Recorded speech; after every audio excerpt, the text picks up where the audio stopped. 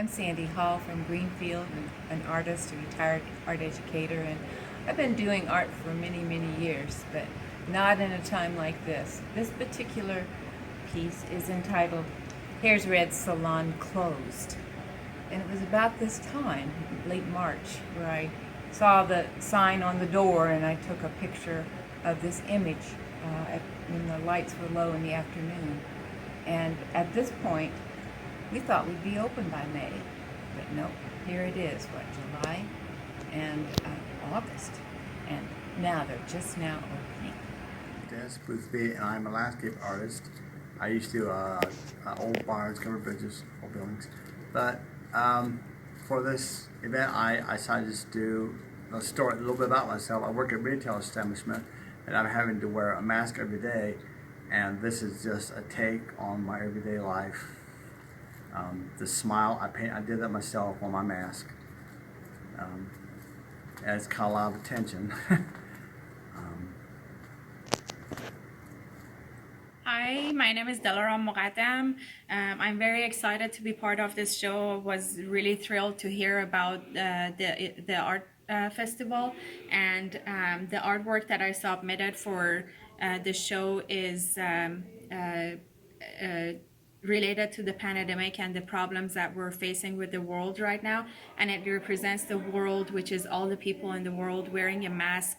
And the hearts that are connected to it represent the people on earth.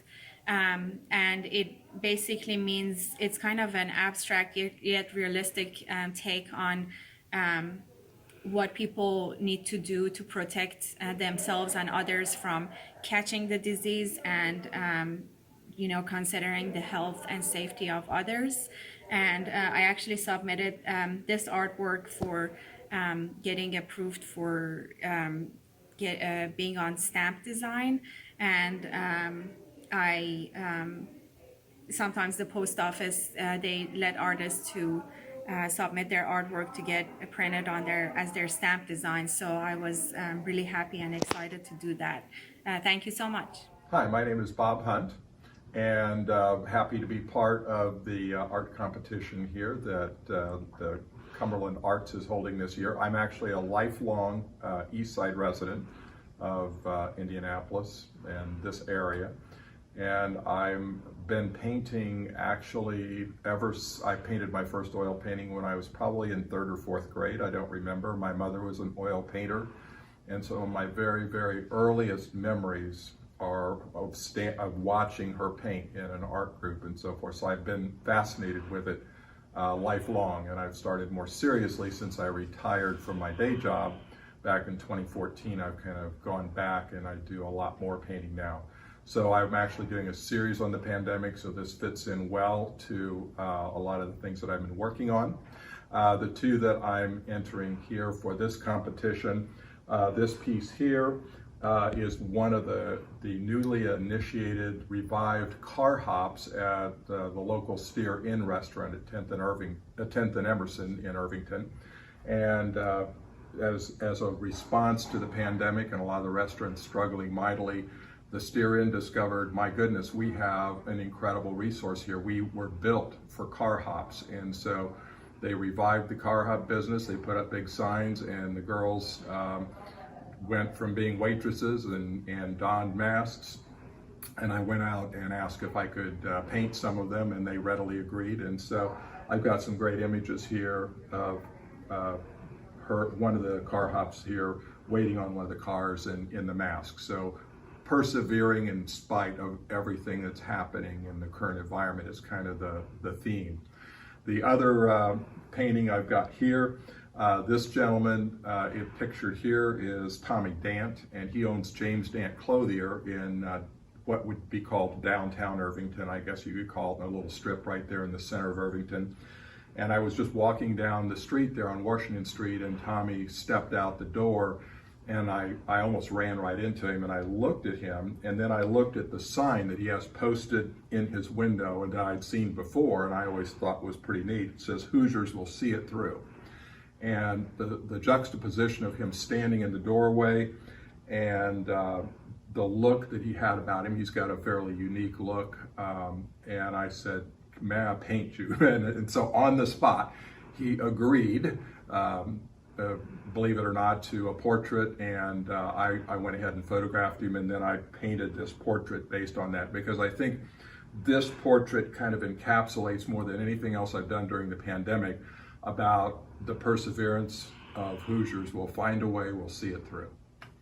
And that's pretty much where the art comes from. Schreiner. I'm a beginning watercolorist, so I tried a couple of different things. I like to sit out on the deck and I watch the weather roll in from the west, including clouds, storms, and flowers around me, and things just didn't work out.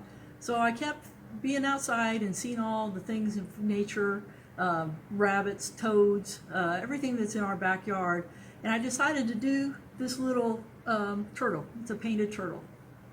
Hi, my name is Delaram. I'm excited to be part of this art show, and this is the art piece that I'm submitting for the art festival, and it is related to the pandemic and the problems we're facing with the world right now, in a way that it's representing one heart that's wearing a mask, protecting other hearts that are other people, representing other people that are around that one person by wearing the mask, and paying attention to their health and safety. And what I actually did this painting for was originally for